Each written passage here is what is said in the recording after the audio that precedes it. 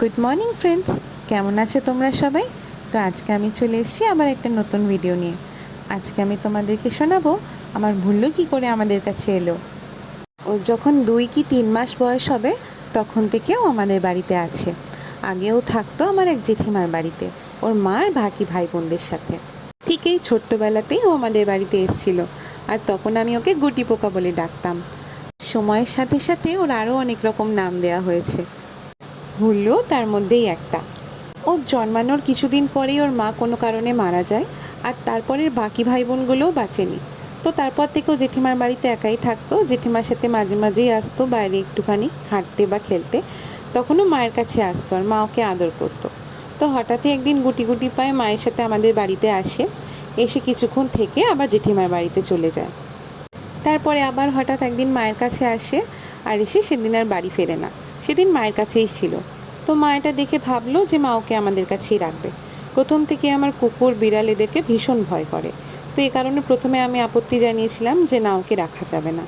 কিন্তু মা আর বোন এমন ধমক দিল যে ওইটুকানি ছোট একটা প্রাণী, এ কোথায় যাবে, এত নিষ্ঠুর কেন তুই, এই ধরনের কথাবার্তাগুলো শুনে আমি বাধ্য হয়ে মাকে বললাম ঠিক আছে, ওকে রেখে দাও। তারপরে খুব একটা বেশি দিন যেতে লাগেনি, তার মধ্যেই ভুল্লু আমাদের সবার আদরের হয়ে উঠেছে। আগে ঠিক যতটাই ওকে ভয় পেতাম, এখন কিন্তু তার থেকে অনেক বেশি আমরা ওকে ভালোবাসি। ভুল্লু বাচ্চা আমাদের মাঝে মাঝেই খেলতে বেরোয়। একদিন খেলতে বেরিয়ে সে আর বাড়ি ফেরেনি। তো প্রথমে চিন্তা হচ্ছিল, ভাবছিলাম হয়তো ফিরে আসবে, কিন্তু যখন সন্ধে হয়ে গেল তখনও দেখলাম ভুল্লু ফিরল না। খুব চিন্তার মধ্যে কাটলো, রাতেও ফেরেনি। পরের দিন তো আমি অফিস চলে গেলাম। এর মধ্যে মা আর বোনকে বেশ কয়েকবার খোঁজার চেষ্টা করেছে আমাদের বাড়ির আশেপাশে, কিন্তু কোথাও খুঁজে পায়নি। লাস্টে বিকেলবেলা মহারাজ হেলতে দুলতে এলেন। কোথাও গিয়ে হয়তো আটকে পড়েছিল বা কেউ আটকে রেখেছিল, নাক মুখ কেটে বাড়ি ফিরলেন। তো যাই হোক, ওকে দেখে আমরা ভীষণ খুশি হলাম, আর তখনই বুঝতে পারলাম যে ওকে আমরা কতটা ঠিক ভালোবাসি। তাই বলে কিন্তু ও আমাদেরকে কম ভালোবাসে না। ছেলে যখন দেখে যে আমরা অসুস্থ, আমাদের শরীর খারাপ, তখন কিন্তু ও একদম চুপচাপ হয়ে যায়। এমনিতে সে বড় ডানপিটে, সব সময় লাফালাফি ঝাপাঝাপি দুষ্টুমি করে বেড়ায়, কিন্তু যখন দেখে মা বা দিদি কারোর শরীর খারাপ, ও তখন একদম চুপটি করে বসে থাকে। ভুল্লু সোনা আবার আমাদের রাগও করে। যখন মনের মতো কিছু হয় না, তখন মুখ ফুলিয়ে রাগ করে এক সাইডে বসে থাকে, আর কারোর কাছে আসে না। বলতে গেলে ও এখন আমাদের বাড়ির এক সদস্য হয়ে উঠেছে। ওকে ছাড়া যে আমরা কোনো দিন ছিলাম, এটা আমরা ভাবতেই পারি না।